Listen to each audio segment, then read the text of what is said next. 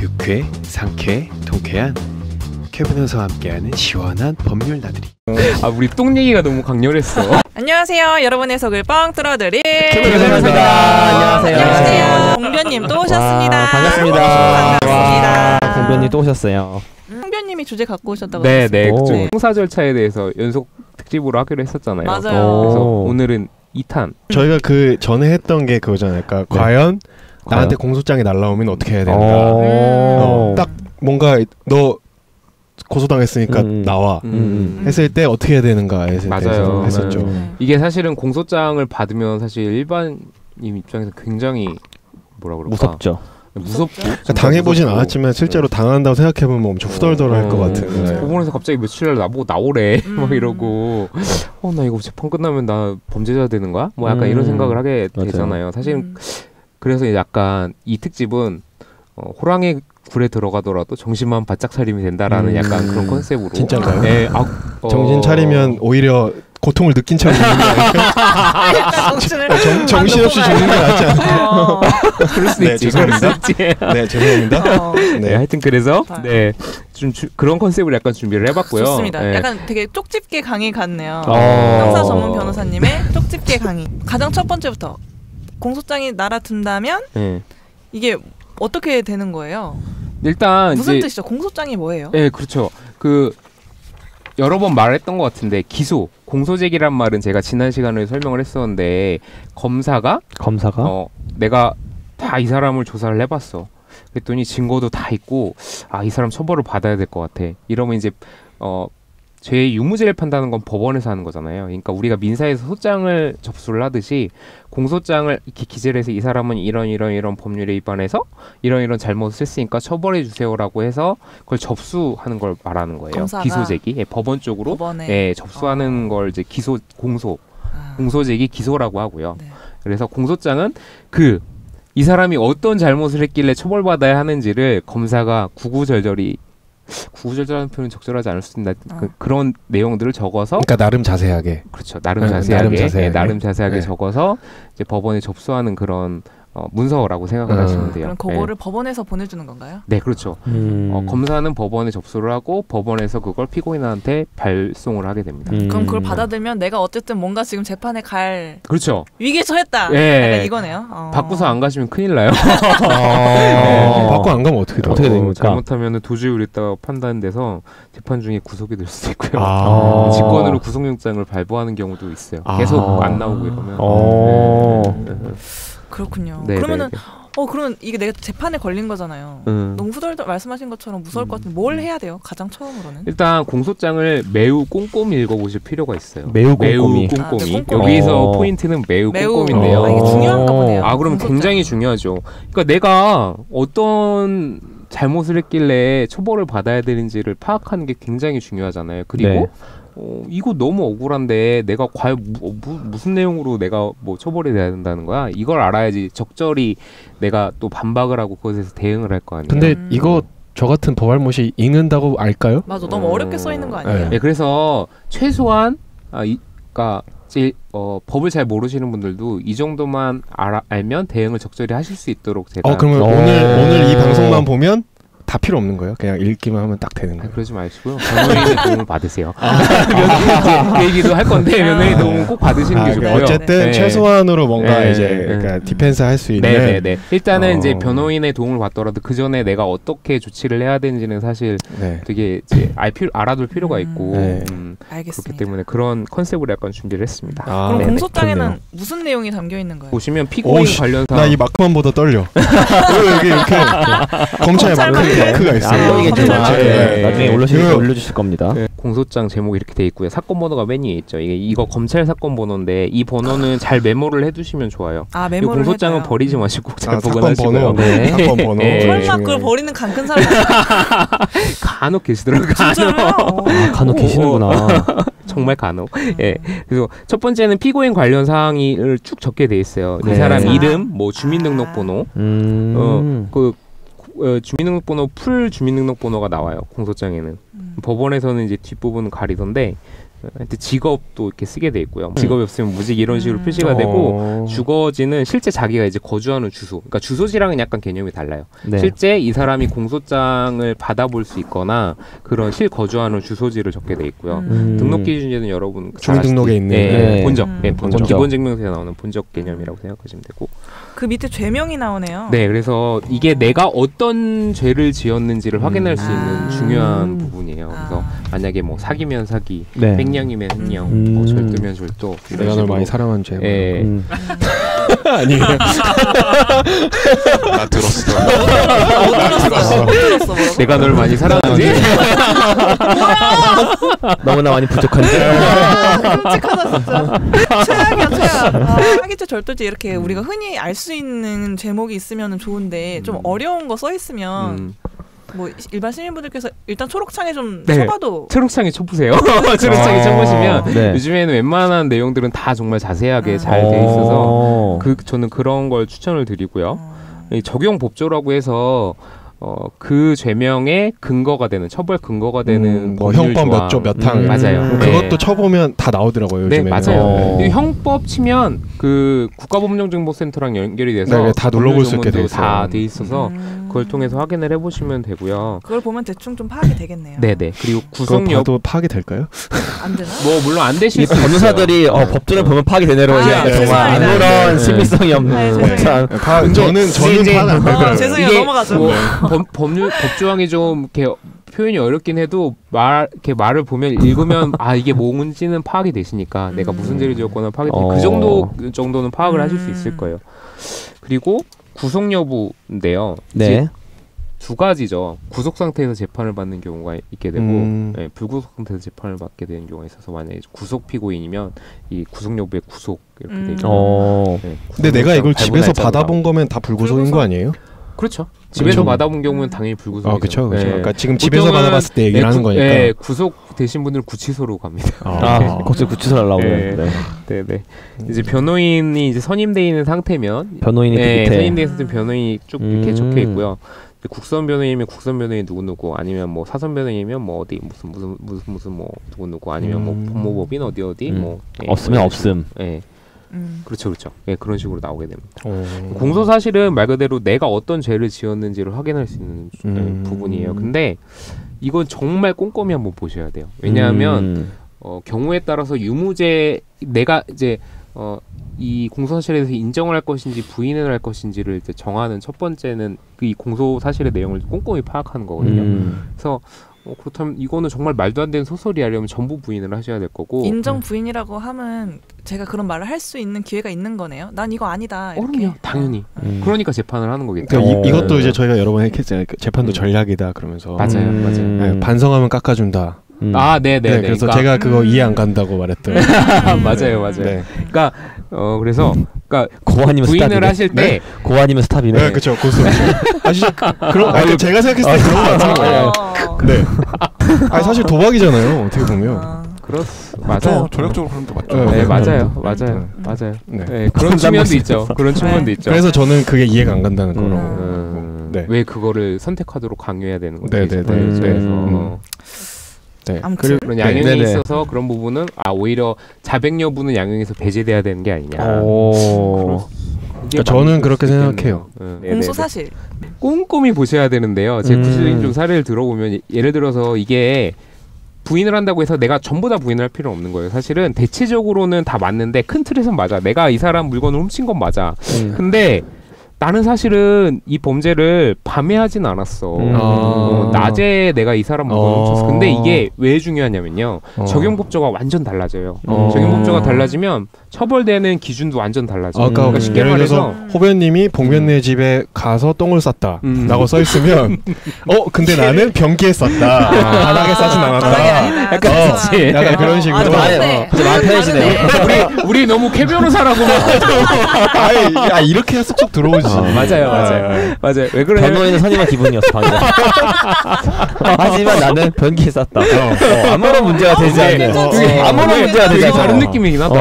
되게 다른 느낌. 바닥에 싼 거랑 천지 차이. 그래서 뭐 근데 진짜 그런 거예요. 변기에 대한 사용을 득하였나, 득하지 않았나는 얘기 이유가 남의 집 들어갈 때 우리 허락 받고 들어간지 않나요? 근데 그거 아세요, 진짜? 도둑들이 해가지고 똥 싸고 가는 거. 진짜로요? 네, 저 당했어요 한번. 진짜로. 그게 왜 그러냐면 바닥에? 징크스. 거실에다가 그렇게 해가지고 나가면은 안 잡힌다는 그런 속설이 있대요. 갑자기 그 생각이 나. 미신 같은 거구나. 네, 그래가지고 저희도 그랬어요? 아니 근데 아니요. 저 변기 쌌기 때문에.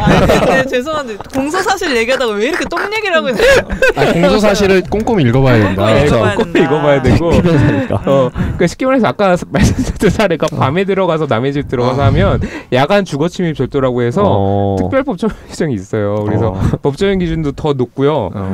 그래서 그런 문제가 있고 낮에 하면 그냥 단순 기억이 안 나는구나. 안 나. 실내라서. 제가 좀 궁금한 거는 그러면 그 야간에 절도한 거랑 낮에 절도한 게 다르다. 근데 그거는 사실 변호사니까 아는 거지. 그렇죠. 시민분들은 모를 수가 있잖아요. 맞아요. 그러면은 그냥 그 이 공소 사실에 적혀 있는 내가 무슨 행동을 했고 뭐 이런 거를 그냥 사실과 다른 건 일단 다 체크를 해야 되는 거네요. 맞아요. 그래서 제가 그 얘기를 하고 싶어요. 정말. 그래서 변호사를 찾아가라고 하는데, 그러니까 약간 이제 전략을 같이 상의하고, 그러니까 법을 아는 사람이 보는 거랑 법을 모르는 사람이 보는 거랑 접근 방식과 풀어가는 방식이 다를 수 있으니까. 맞아요. 이게 다르거든요. 정말 천지 차이여서.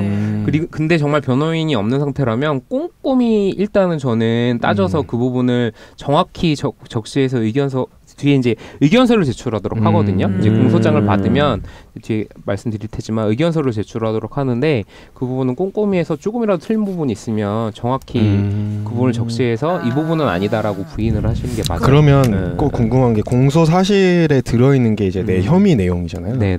그러면 나중에 실제 재판에 갔을 때 내 혐의 내용이 달라질 가능성은 없는 건가요? 그러니까 공소장에 써있지 않은 게 추가 혐의로 검사가 제기할 가능성. 네. 그러니까 간혹 그런 경우들도 많이 있어요. 그러니까 재판 중간에 재판을 하다 보니까 드러난 증거 관계에서 검사가 공소 제기한 그 내용이 명백히 잘못됐어. 이런 경우에는 검사가 공소장 정정을 신청을 하기도 하고요. 변경 신청을 하기도 하고요. 추가로 변론을 준비할 기간을 주는 거군요. 그런 개념이 나는 공소 사실 보고 준비를 했는데 검사가 다른 얘기하면 준비가 안 돼 있을 거예요. 그 경우에는 그 변경된 공소 사실에 대해서 인정하는지 부인하는지를 다시 한번 절차를 거쳐요. 그러니까 대개는 근데 그런 상황은 피고인이나 피고인의 변호인 측에서 이 부분 공소 사실은 명확히 잘못됐다라고 지적을 해서 검사가 검토를 해보니 명확히 잘못됐구나라고 하면 이제 이루어지는 절차긴 하거든요. 그러면 이제 본인이 잘못됐다고 먼저 지적을 했으니까 변경된 공소 사실의 기초에서는 종전 부인했던 내용이 인정하는 내용이 되게 될 수도 있는 거죠. 뭔가 되게 복잡해지는군요. 그렇죠. 넘어가야겠다. 우리 또 시간이 다 돼가지고 오늘 똥 얘기가 끝나네요. 정말 저 캐비어잖아요. 그러니까 오늘 이야기한 거는 공소장이 일단 오면 이걸 꼼꼼히 읽어보고 거기에 일단 뭐 내 죄가 뭔지 뭐 사기인지 절도인지가 나오고 뭐 조항도 나오고 또 가장 중요한 건 그 밑에 공소 사실 그리고 거기에 아무리 사소해 보이는 부분이라도 사실과 다른 게 있으면 다 체크를 해두자. 그리고 의견서를 그걸 내야 된다. 요거까지 우리가 내용을 정리 잘하시다. 장난 아니다. 장난 아니죠? 최고의 MC야. 일단 여기서 마무리를 하고요. 그 다음 궁금한 거는 2탄에서 2탄에서 또 다루도록 하겠습니다. 오늘도 또 감사합니다. 우리 똥 얘기가 너무 강렬했어. 지난 시간에 그 공소장 받으면 어떻게 대처해야 되나 1탄을 진행해봤습니다. 그래서 그 요약하자면 공소장 받으면 잘 읽어보고 이제 그거를 전문가의 도움을 받으면 더 좋고 이제 의견서를 낼 수 있다. 본격 서민구제방송 개변호사입니다. 그런 이야기까지 해봤어요. 그럼 거기 이어서 또 그다음 얘기를 해보겠습니다. 제가 좀 궁금했던 게 그럼 그 의견서를 낼 거잖아요.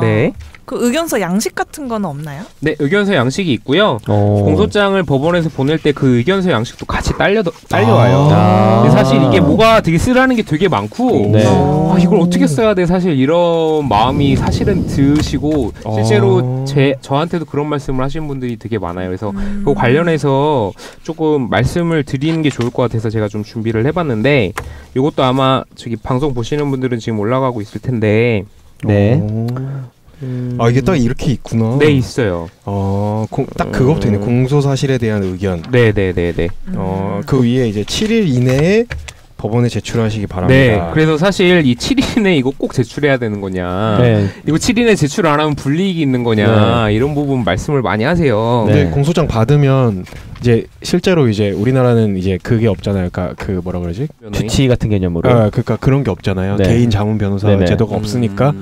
이제 저 같은 일반인 입장에서는 공소장을 받으면 그때부터 이제 뛰어다니면서 변호사를 수송을 그렇죠. 그러면 변호사랑 만나서 이거를 작성해서 7일 이내에 하기가 7일 이내에 하기가 자, 힘들 것 같은데 말씀을 드릴게요. 결론적으로는 7일 이내 안 하셔도 아무런 불이익은 없어요.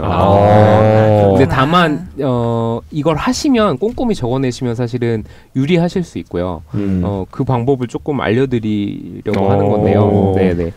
쪽집게 강의 빨간 펜 선생님 나오십니다. 질문 잠깐만. 그럼 7일 이후에는 못 내요? 아니요, 내셔도 돼요. 낼 수 있어요? 내셔도 되고 이 의견서는 판사님이 보시는 기록에 그러니까 넣게 돼 있어요. 그 서류에 같이 넣게 돼 있어서 그 법원 규칙에 그렇게 돼 있어요. 그래서 그 당연히 이게 일종의 이제 참작할 수 있는 사유들로 하고 재판 진행에 참작할 수 있도록 한 제도를 법원에도 둔 거거든요. 왜냐하면 일단은 판사님 입장에서도 이 사람이 공소 사실을 인정하고 있는지 부인하고 있는지에 따라서 재판의 진행이 완전히 달라져요. 그렇기 때문에 이제 판사 입장에서도 이게 이제 뭐 스케줄을 짜거나 이럴 때 인정하면 편한 거고. 뭐 당연히 기일이 금방 끝나죠. 이러면서. 네, 물론 그러신 판사님들이 많이 계시는데 요즘에 그렇지는 사람인데. 맞아요. 일을 줄여주면 얼마나 예쁘겠어. 내일을 줄여주면. 그러니까 공소상실 인정하면 이제 몇 년 주지? 이거 계산만 하시면 되는데. 하여튼 하여튼 그런 느낌이긴 해요. 그래서 근데 이제 이걸 잘 활용하면 사실은 본인한테도 굉장히 유리할 수 있는 거죠. 여기 이제 그 의견서 말매도 있는데 이 의견서 작성은 변호인의 가족의 도움을 받아서 작성할 수 있다고 돼 있잖아요.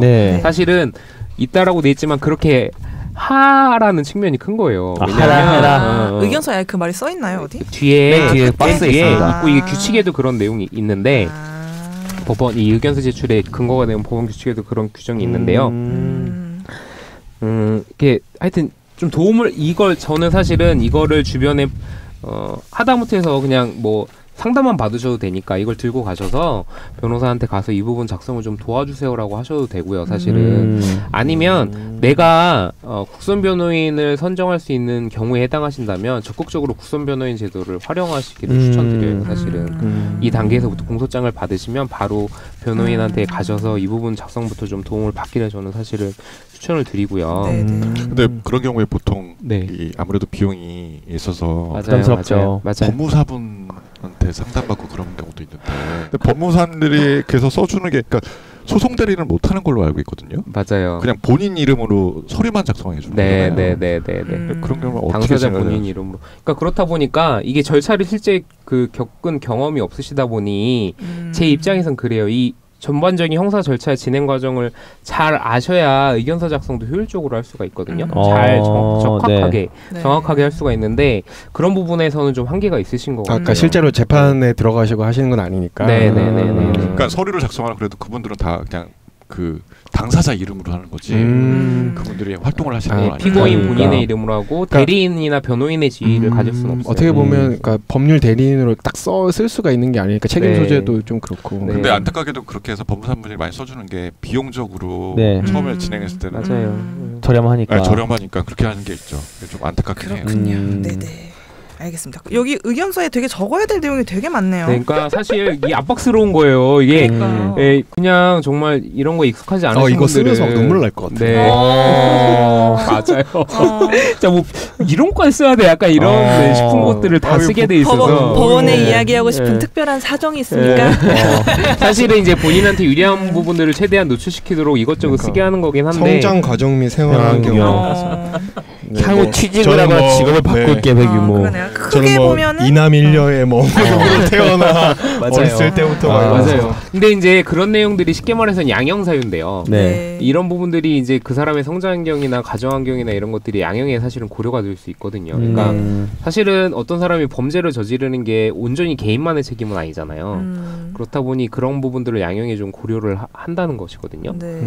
그래서 이제 그런 느낌으로 좀 하시면 될 것 같고 이해하시면 될 것 같고 그것도 있네요. 정상 참작을 해달라고 한 그러니까 전반적으로 적어야 되는 내용이 공소장에 써 있는 내용을 인정하냐랑 절차를 진행함에 있어서 좀 어떤 뭐 어느 날은 안 된다든지 뭐 이런 내용인가 보죠? 네, 그렇죠. 그런 게 있느냐. 그리고 이제 첫 번째 내용이 그런 건데요. 이제 현재 사실은 이거 말고 다른 재판을 받고 있는 게 있는지 법원 입장에서는 사실은 그거를 파악해야 될 필요가 있는 게 이게 보통은 사건을 하나로 몰아서 하는 게 법원 입장에서도 효율적이고 피고인한테도 사실은 양형에서 굉장히 유리해요. 그러니까 여러 개로 쪼개서 받으면 합쳐서 받았을 때 1년 받을 걸 잘못해서 1년 6개월 받게 되는 경우도 있거든요. 그래서 그런 부분들이 있기 때문에 본인은 왜 그런가요? 내가 A 재판에서 1년을 받았고 B 재판에서 1년을 받았으면 2년 살아야 돼요? 네. 아 진짜요? 네. 그래서 그렇기 때문에 합쳐서 받는 게 좋아요. 근데 왜 합쳐서 받으면은 그게 줄어드나요? 그러니까 이게 개별 그러니까 개별형 기준으로 그 양형을 하잖아요. 그러니까 A 범죄만 딱 놓고 봤을 때는 양형 기준이 있어서 이게 1년이 딱 맞는 거예요, 이 사람한테는. 그리고 B 범죄를 다른 재판에서 봤을 때는 이것도 1년이 딱 맞네? 이렇게 되는 건데 같이 놓고 보면 그 양형 기준이 좀 중첩되게 되는 부분이 있어가지고 그 부분을 일반적으로는 깎아줘요. 보통은 그렇게 되더라고요. 실질적으로. 그렇죠. 그런 게 신기하죠. 우리나라에서는 그렇게 해서 하기 때문에 그러니까 미국 같은 경우에는 그걸 다 합친대요. 진짜요? 그러니까 그래서 미국은 막 300년짜리 나오잖아요.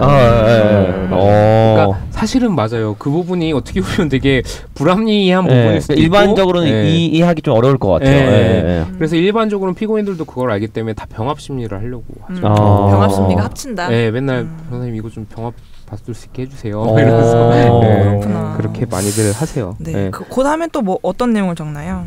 그리고 이제 본인의 성행 및 환경에 관한 의견. 성행은 이제 그런 거예요. 이제 내 가족 관계라든가 내 뭐 환경이라든가 주변 환경이라든가 이런 것들인데 하여튼 주거상 뭐 이제 피고인의 학력부터 과거의 직업이나 경력, 뭐 월 생계 유지 뭐 이런 내용. 사실은 근데 이게요.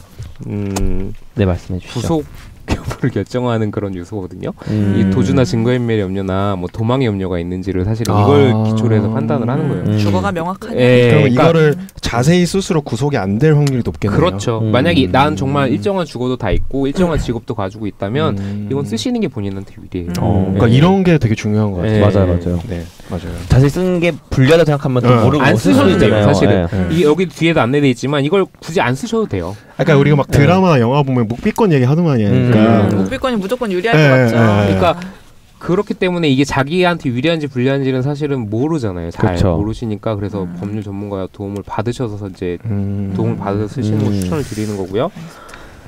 그 다음이 정상에 관한 의견. 네, 그래서 내가 이 범행을 한 건 인정을 하는데, 그러니까 정상 창작. 네네네, 내가 이런 것 때문에 피치 못하게 혹은 실수로 충동적으로 이렇게 했다, 뭐 이런 내용들을 적으시는 거고, 피해자와 또 특별한 관계가 있다면 정상에 참작될 수 있는 거고. 내가 속이 너무 안 좋았다. 뭐 예를 저번 방송을 보셔야 돼요. 참을 수 없었다. 참을 수 없었다. 화장실에 가기도 전에. 내 괄약근은 한계에 다다랐다. 그거는 참작이 안 되지. 네. 이런 무슨 내가 다리를 X자로 꼬았는데도 해결이 안 된다. 뭐 이런. 그러면 논리적으로 무죄 주장을 할 경우에 정상 참작을 하는 게 맞아요, 안 하는 게 맞아요?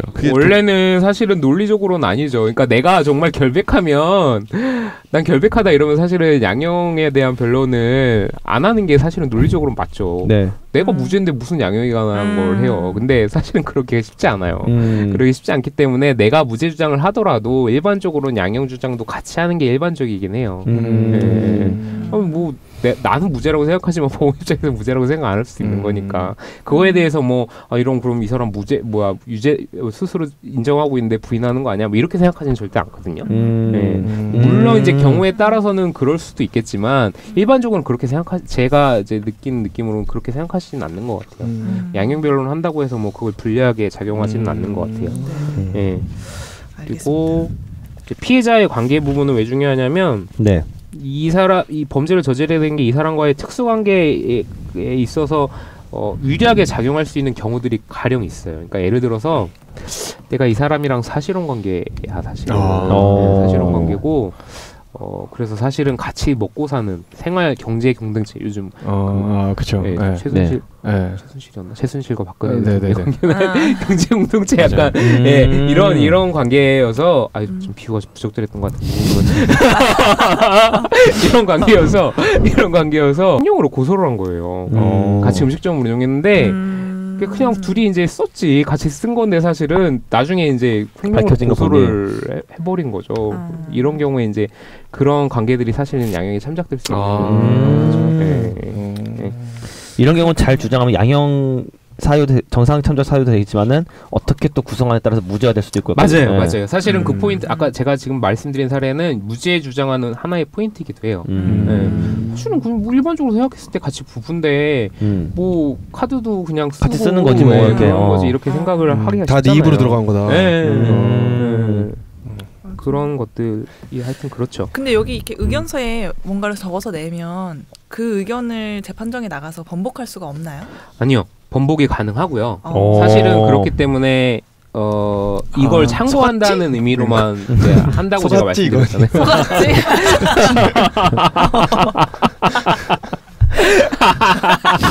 너무 좋았어요. 너무 좋았다. 무슨 포인트 약간 이상해. 그죠? 판사한테 속았지는 약간 상상해가지고 통쾌했어 약간. 맨날 나가는 게 그 일이니까. 너무 하고 싶으셨던 거야. 너무 해보고 싶었어 내가 이거는. 재밌다. 의견을 번복할 수 있고요.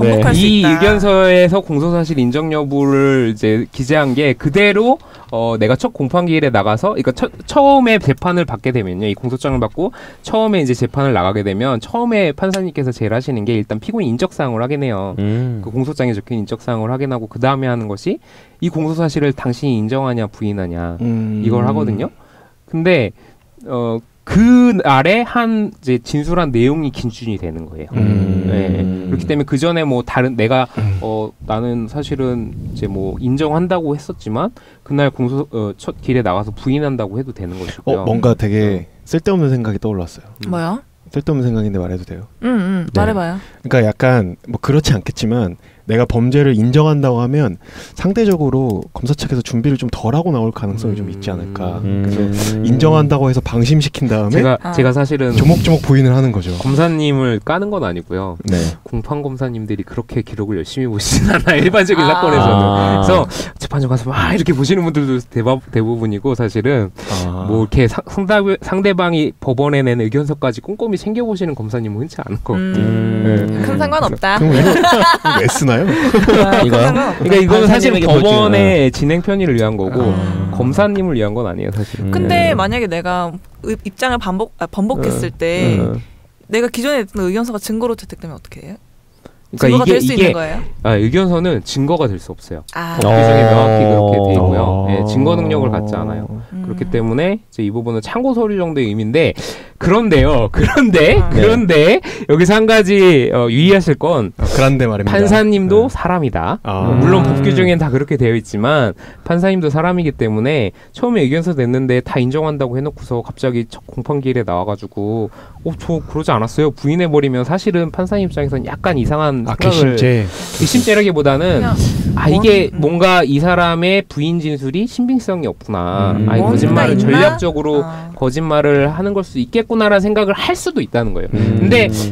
근데 모르겠으니까 판사님들이 대부분 그렇게까지 이렇게, 그러니까 그 정도 소양을 가지고 계신 것 같아요. 이게 피고인 입장에서는 당연히 뭐 여러 가지 사정에 의해서 그렇게 할 수 있다라는 거는 다 양해하고 이해를 하고 계시는 것 같은 저는 느낌이고요. 제가 인정했을 때. 하지만 판사님도 사람이기 때문에 최대한 피고인 입장에서 오해받을 짓은 안 하는 게 좋잖아요. 그렇다 보니까 이제 초기 단계에서부터 의견서를 섣불리 내시지 말고 여기 7이라고 돼 있다고 섭불리 내시지 말고 반드시 전문가의 도움을 받으셔서 조력하에 저는 의견을 제출하시는 게 처음부터 전략을 명확하게 세우셔서 내시는 게 유리하다. 가능하면 좀 초기부터 전문가의 도움을 받으시는 게 좋겠네요. 네.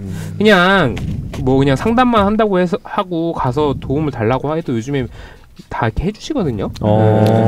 일단 공소장 받으면 이제 일단 첫날은 멘붕하니까 일단은 멘붕하고 있다가 한 이틀 3일 정도 이제 좀 이제 변호사 수소문 하셔가지고 찾아가서 이렇게 하는 게 좋겠네요.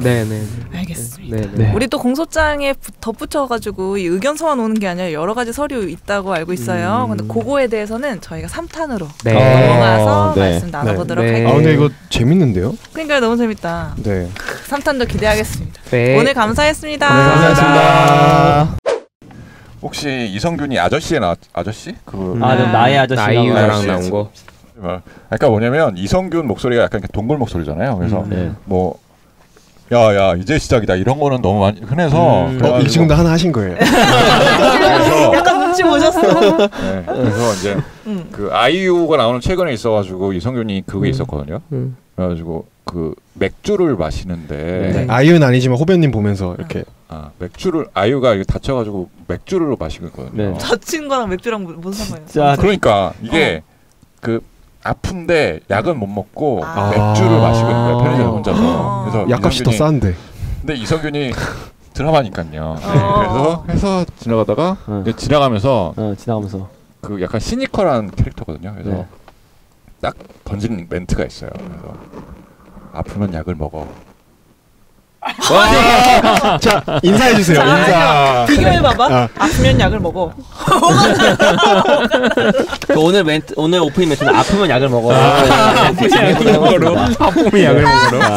여러분 아프면 약을 드십시오. 오늘 아프면 약을 먹어. 안녕하세요. 여러분의 속을 뻥 뚫어드릴 김현정입니다. 지난번 그 공소장에 지금 2탄까지 했죠? 네. 의견서 작성하는 것까지 했어요. 네. 그 다음에 또 이어가지고 아직 그 공소장에 붙어서 나오는 서류가 아직도 안 끝났다. 뭐 엄청 많이 와요. 이렇게 두껍게 와요. 두껍게 온다. 그러면은 공소장, 의견서.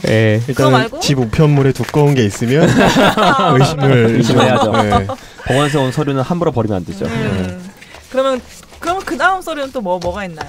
그래서 그 아까 이제 계속 변호인의 조력을 받으시라고 말씀드렸잖아요. 근데 사실 이게 변호사 선임 비용이 사실은 아직도 만만치 않은 경우가 많아요. 그래서 나는 돈도 없는데 그러면 나는 어떻게 난 변호사 도움을 못 받는 거야? 라고 생각을 하실 수 있잖아요. 근데 사실 그건 아니다. 법률에서 반드시 변호사를 붙여주도록 하는 경우가 있고요. 또 재량에 따라서 붙여주는 경우도 있어요. 그 요건에 해당하지 않지만. 그래서 말씀드리면 이제 필요적 국선이라고 하는데 이런 사건에 대해서는 반드시 변호인을 국가에서 붙여주도록 하고 있는 거예요. 그걸 이제 국선 변호인이라고 하는 거고요. 어떤 경우냐면 이제 미성년자. 피고인이 미성년자예요. 미성년자인 경우에는 반드시 변호인 조력하에 재판 절차를 진행하도록 돼 있고요. 그리고 필수적으로 국선 변호인을 붙여줍니다. 네. 하지만 사선 변호인을 선임해도 당연히 모든 국선 변호인의 도움을 받을 수 있는 건 자기 권리고 자기 선택해서 얼마든지 사선 변호인 선임을 해서 도움을 받으실 수 있는 거예요. 사선 변호인이라는 게 그냥 우리가 보통 그냥 일반 변호사님들 수임하는 그런 거 말씀하는 거죠? 개별적 계약 관계 하에서 이제 더 말을 어렵게 설명해 주시네요. 따로 찾아가서 내가 계약을 한다. 돈 주고 사는 거죠. 시니컬해. 근데 그러면 궁금한 게 이제 국선 변호인을 신청하면 무조건 되는 거예요?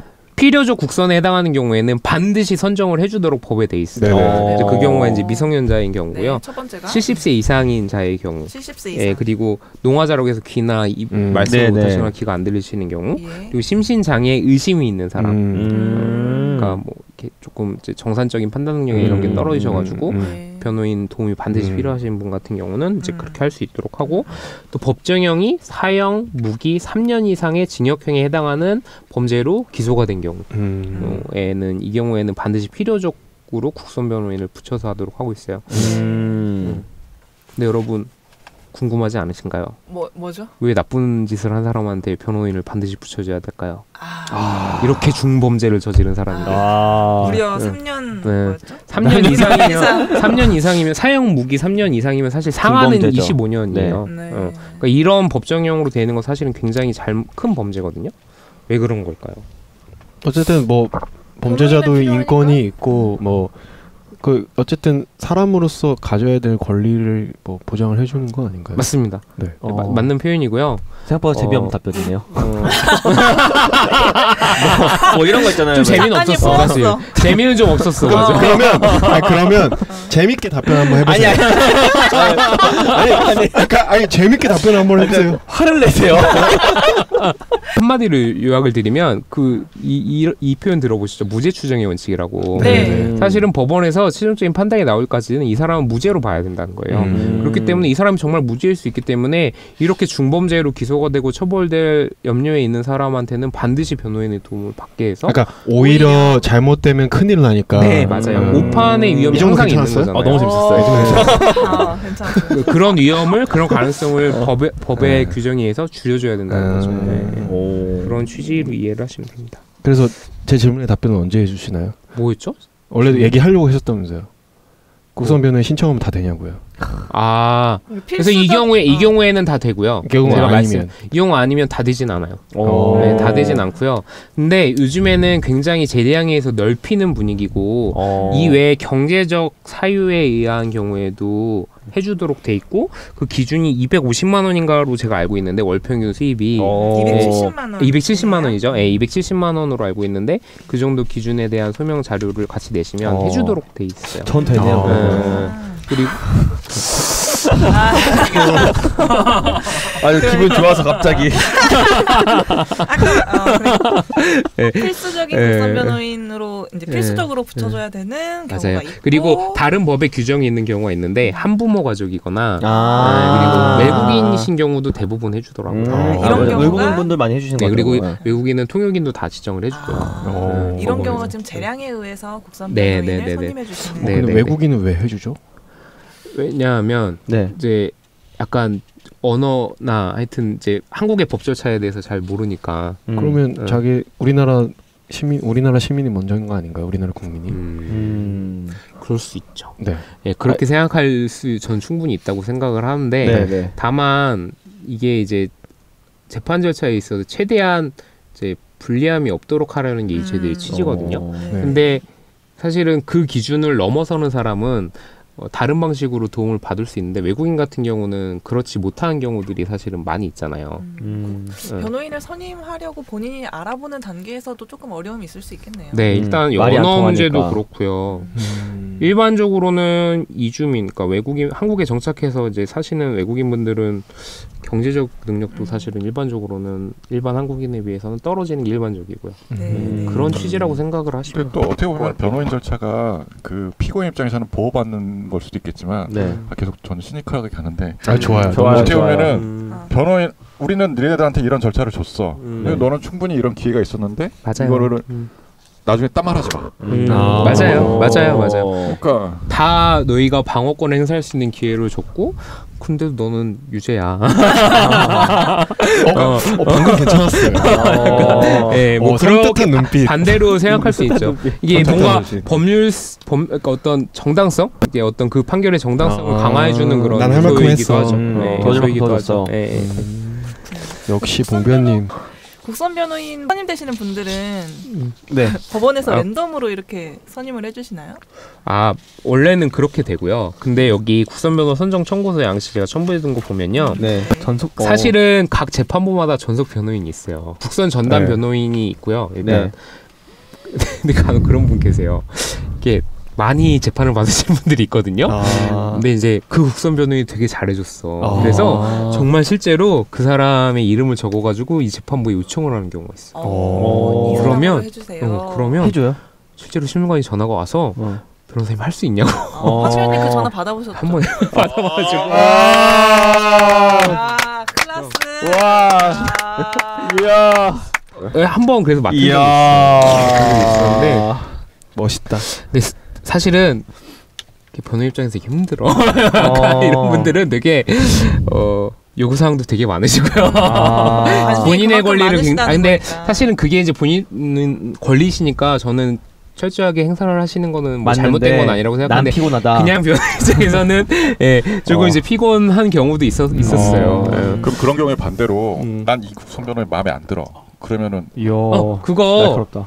그렇게 할 수 있어요. 정해진 다음에 교체 신청할 수 있는 거죠. 교체 신청할 수 있고요. 배웠잖아요. 제가 쾌변에서 배운 거예요. 쾌변을 이렇게 구독하고 해야지. 저 이 변호인이랑 도저히 못 하겠어요. 근데 되게 쪽팔려요. 그러면 저 실제로 봤거든요. 이렇게 하면 이상하다고 이 변호사 이상하다고 못 하겠다고 앞에서요?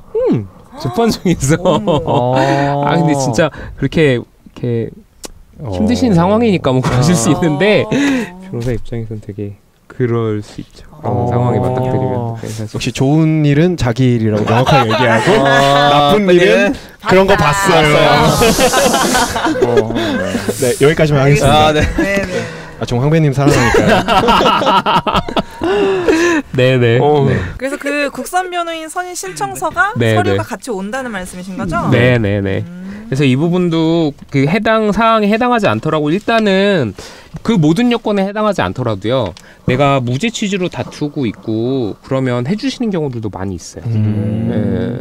한부모 가족이나 이런 거는 다른 법률의 근거가 있기 때문에 해주거든요. 근데 이제 이 경우에는 그냥 재량인 거예요. 그러니까 약간 뭐 다른 첨부 서류가 없지만 그냥 변호인도 없고 첫 길에 나와서 근데 난 억울하다, 무죄 다투고 싶다 하면 이제 선정 청구서 내라고 하세요. 그러면 이제 그거 이제 보시고 해주시는 경우들도 많이 있더라고요. 그러니까 무조건 시도는 해보시는 게 좋아요. 근데 약간 저는 일반 그 대중들의 입장에서 궁금한 게 약간 그런 질문 하시는 분 많으세요. 그러니까 국선 변호인을 난 잘 이렇게 못 믿겠다. 신뢰할 수 없다. 이거 중이란다. 감사합니다. 대신 다 말씀해 주셔가지고 그래서 막 사선 변호사를 어떻게 선임해야 되냐, 그리고 뭐 비용은 어떻게 되냐, 막 그리고 생각보다 많은 분들이 법률사무소 찾아가는 것도 되게 부담스러워하시더라고요.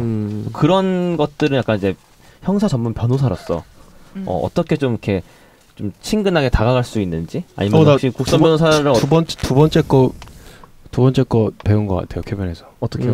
그 내용도 법률 구조공단 맞죠? 아닌가요? 그런 부분들을 이제 많이 이제 막 신뢰 못 하시는 분들이 가끔 계시는 것 같아요. 그런 얘기 하면은 나 법구공 이미 찾아가봤는데 뭔가 나한테 법구공 그렇게 줄여서 얘기하고 법구공 찾아갔는데 별로 그렇게까지 속 시원한 대답을 해준 적이 없는 것 같다라는 얘기. 그리고 법률 구조공단 제가 알기로 기본적으로 민사관계나 이쪽을 하고, 왜냐면 국선 변호인 제도가 있기 때문에 범죄 피해자에 대한 어떤 지원 조력 상담을 할 수 있을지언정 이제 피고인의 변호를 맡아주지는 않는 걸로 알고 있거든요. 또 배운 거 또 있어요. 맞아요. 각 그 지역별로 변호사 협회 사무실이 있대요. 네네. 거기 가서 추천 받을 수 있다고. 추천 받을 수 있다. 그런 것도 있구나. 맞나요? 아닌가요?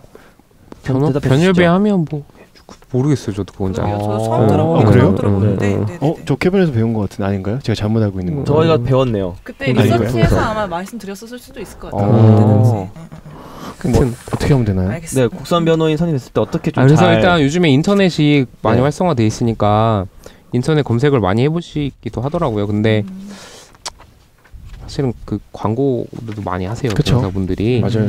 그리고 가셔서 이제 확인하실 건 반드시 변호사랑 상담을 하시는 게 좋고요. 내 사건을 담당할 사무장이나 직원이 하는 경우도 많이 있거든요. 그런 식의 상담을 좀 지향하시는 게 좋을 것 같고 내 사건에 대해서 얼마나 경험을 가지고 있는지도 한번 확인을 해보시면 좋고요. 어쨌든 내가 그런 거는 일반인이 어떻게 확인하죠? 그러니까 뭐 나 이런 제목으로 기소를 당해서 왔는데 이런 사건은 해보신 적이 있냐? 그럼 해봤다고 하겠죠. 그렇죠. 해봤다고 하나? 난 해봤다고 하죠. 해봤다고 하겠죠. 황변호사님 같은 경우에는 너무 이렇게 솔직하게 말씀하시지만 해봤다고 할 수도 있어요. 해봤다고 하고 이제 가시라고 한 다음에 열심히 찾아보겠죠. 하여튼 그런 부분을 좀 꼬치꼬치 물어보시는 게 나쁘진 않은 것 같아요. 근데 이제 직접 찾아가서 보시면 약간 느낌이 오잖아요, 사람이. 아닌가? 아닐 수도 있어. 하여튼 직접 대면 상담을 꼭 변호사랑 해보시는 걸 좀 추천을 하고요. 그리고 이게 이제 비용 부분도 궁금해하시는데 제가 그냥 솔직하게 말씀드리면 일반적인 그냥 이제 중소 규모의 그런 회사들은 그냥 500 기준인 것 같아요. 500 기준이고 다만 이제 여러 가지 사건의 형태, 유형이나 뭐 이제 다툴 것들이 많고 이러면 거기서 더 올라가신다고 생각을 하면 되고 형사 사건의 재판을 함께 진행하면서 모든 걸 해주는데 기본적으로 한 500 정도. 네, 그러면 그런 건 어때요? 보통 형사 같은 거 보면은 전관 얘기 많이 하잖아요. 맞아요. 네, 그 전관을 하면 비용이 정말 더 부직이 더 완전히 다 그냥 확 뛰어요. 확 뛰고요. 사실은 근데 이제 그런 전관을 찾는 거는 사실은 이제 기소 전 단계에서 사실은 이제 본인의 인맥을 이용해서 이제 검사가 기소 재량이 있잖아요. 지난번에 우리 얘기했는데 그럼 이제 같은 사실관계라도 다른 죄명을 적용할 여지가 있고요. 또 약간의 판단의 여지가 있으면 기소할 걸 안 할 수도 있거든요. 사실 그런 걸 바라는 거죠. 그런 걸 바라고 하겠고 실제로 그런 식으로 변론을 해 주시기도 하고 그래서 이제 상당히 많은 돈을 드리고 하시는 경우들이 있죠. 그런 걸 말아주고. 근데 또 제가 아는 분은 그렇게 해가지고 전관 변호사님을 갔는데 막상 일은 그 변호사님이 안 하고 다른 분이 일을 하는 거죠. 또 이제 황 변호사님 말씀 들어보면은 사실 나 얘기 안 할래. 왜? 뭐야? 그냥 이제 뭐 사실 실무를 하냐 안 하냐가 중요한 게 아니라 맞아요. 여기까지만 하겠습니다. 그러니까 이제 그냥 얘기해요. 그러니까 그분은 얼굴 마담이고 전화를 정치적인 얘기만 하고 그렇죠. 정치적인 어떤 그런 그분이 하는 거는 이제 전화. 아이고 선택성이 아니라 전화가 좋은 거고. 거의 예전에 누구 변호사님 그런 거 지금 유명하신 분이 그랬었잖아요 한번. 누구? 황모분. 황주죠? 누구요? 그렇구나.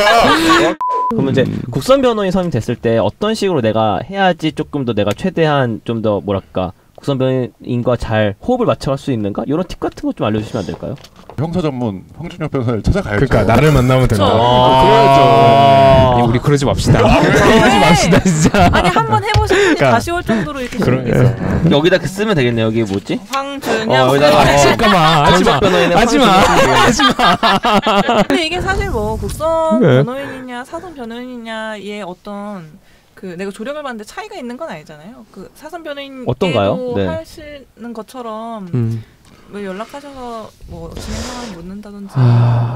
근데 이제 변호사 입장에서는 국선과 사선을 동시에 하고 있으면 아무래도 이제 사선에 조금 더 신경이 가는 건 맞는 것 같아요. 근데 그러니까 의무적으로 배정된 거랑 내가 이제 실제 계약을 맺어서 하는 거랑 다른 톤이 다르니까.